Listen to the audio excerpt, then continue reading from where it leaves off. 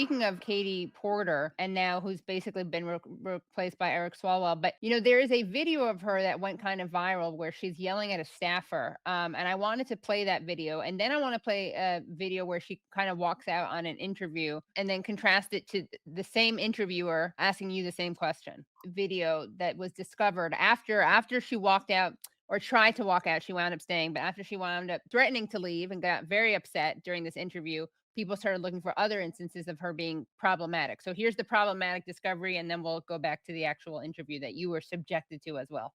So I'm on the oversight committee, you might know, and that is where we did a study recently this fall in September. And what it showed is if we don't electrify our transportation sector, that we're going to lose more than 500,000 Californians dying prematurely to air pollution and other problems. And the state could lose. Get out of my fucking shot. I wanted to tell you that that's actually incorrect. It's not that it's electric vehicles. It's that if we don't meet the commitments under the Paris Climate Accord. Okay, it does. Okay, you also were in my shot before that. Stay out of my shot. Okay, I'm going to start again with electric vehicles saving us money. All right. So that's someone who claims maybe politically in some ways she's a populist. I think that's kind of betrayed by her personal behavior. Anything you want to say about that? And then we'll get to some more videos. But I mean, the measure of any human being is character and how they treat the human beings around them. I mean, I think that speaks for themselves. You'll never find a tape of me talking to anybody on my staff like that. yeah, that would be a big surprise if that existed, and I'm sure it doesn't.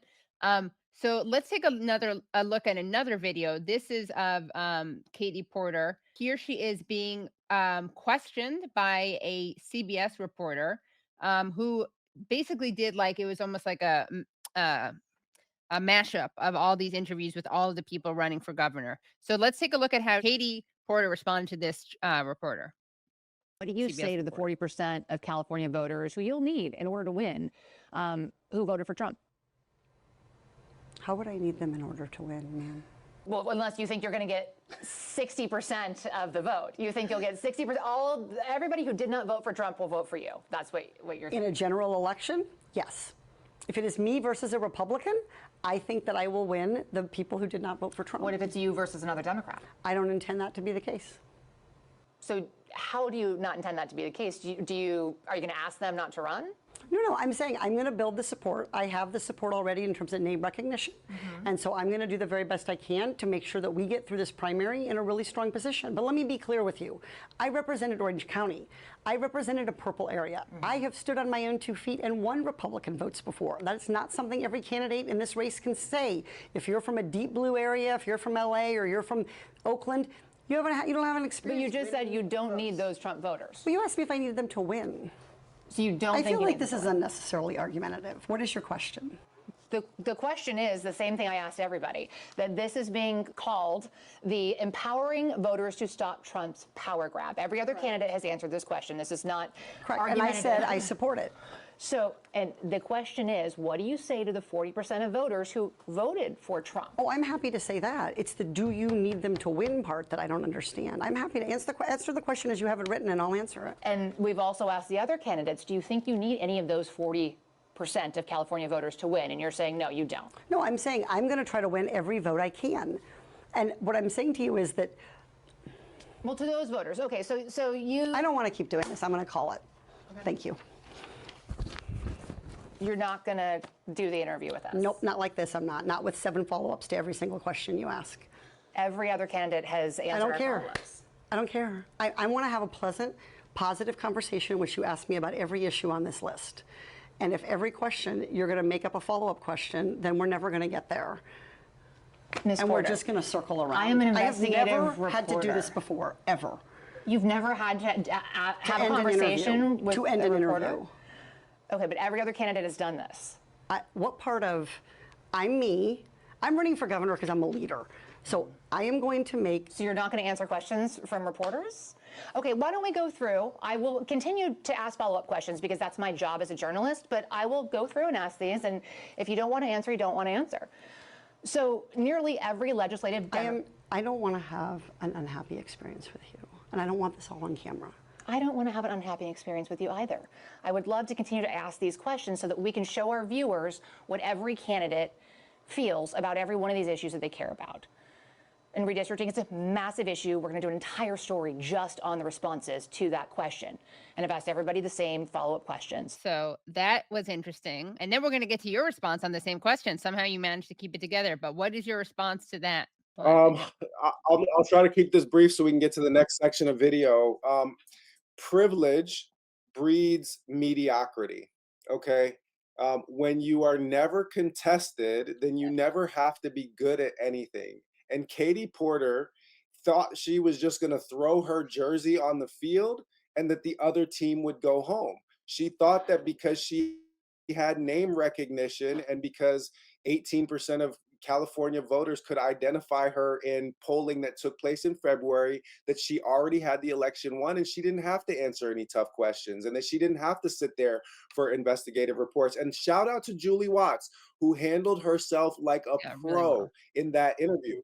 And Julie Watts, I'll mention this, is that when I did my same interview, which she told me when she finished, she said, yours went on for almost 2 hours. She said, I'm going to be honest, nobody else went on for longer than an hour. Your answers to the questions were all more interesting. So I just kept asking, further follow-up questions. And shout to her because she has actually been like making sure that a voice from outside of the system gets included in the conversation. But you saw how Katie Porter just fell apart when asked a softball question about like getting some Trump voters on her Yeah. side. Like you could not possibly have an easier question than that. Yeah, like we're welcoming all voters. That would be, great to have Trump Yeah. voters, join our team. And instead, she literally just imploded.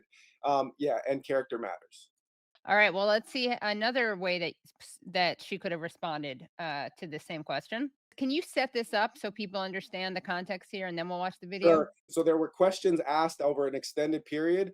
There is footage of me responding Yeah. to the question about, those voters. And I basically said we were getting more voters from Team Red than Team Blue. And I'm not leaving any vote unturned because I'm not a Democrat. I don't care.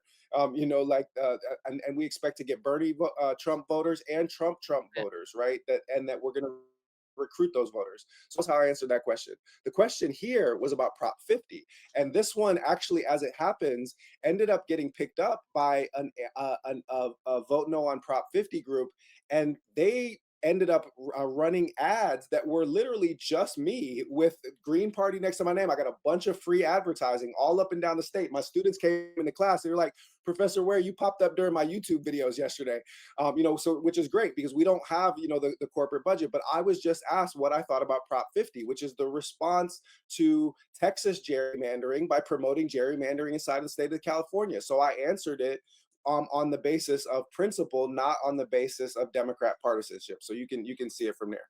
What is your opinion of the governor's plan? I'm against anything that disenfranchises Californians. Fred Hampton, who was a great Black Panther intellectual, was killed by police in Chicago. He said, "We don't believe that you fight fire with fire best. We believe that you fight fire with water best." We're not going to fight racism with racism. We're going to fight racism with solidarity. We're not going to fight disenfranchisement with disenfranchisement. We're going to fight it with representative democracy. The Democrats, they don't want the people's voice to be heard. They want to consolidate power. And under the guise of fighting back against the Republicans and fighting back against Trump, you are handing them more power. Well, what have they done to earn it? In the state of California, are y'all feeling that this has been a state that has been well run and for your best interest, that it's working for working people? So you're going to essentially hand them the keys to make sure that they own every district in the state? You imagine thinking that you can fight fascism with fascism. So yeah. So can you elaborate on that for And people and who I, don't understand? Yeah. yeah, I mean, so the Democrats have been every bit as complicit in gerrymandering as the Republicans have, but they don't like to talk about the fact that they have been systematically engaged in disenfranchisement wars, the one with the other. The cure is not disproportionate districts for one side and disproportionate districts for the other, so that no third party can ever have a fighting chance. The solution to disenfranchisement is ranked choice voting. The solution to disenfranchisement is multi-member districts. It's proportional representation, which they could advocate for and fight for at any point in time. Those are things that actually increase systems capacity to receive democratic input from the electorate.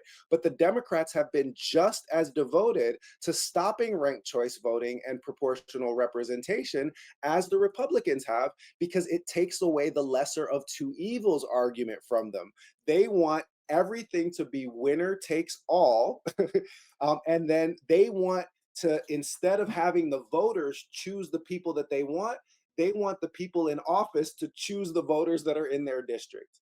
And that's what gerrymandering is. So there has never been, like, I think that Fred, like I said, Fred Hampton said it best. You don't fight fire with fire, you fight fire with water. You don't fight something that is dangerous with another version of the same thing. You fight it with the antidote to the thing that is disenfranchising the people. And I want to say this just for the record.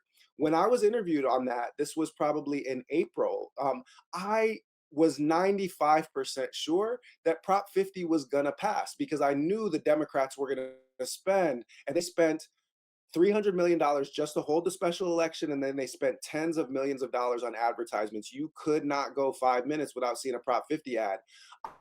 I was pretty sure that the Democrats were going to win that fight. But the thing is that it's not a political decision for me to speak out against gerrymandering. It's a matter of principle. You're either running to restore power to the people, or you're running to consolidate it in a party. And if we ever reach the point where the Green Party has enough power to abuse its authority, then come for my ass at that point in time, just the way that I came, for Gavin, right? That it's actually about restoring power to the people. It's not about protecting the vested interests of a particular party.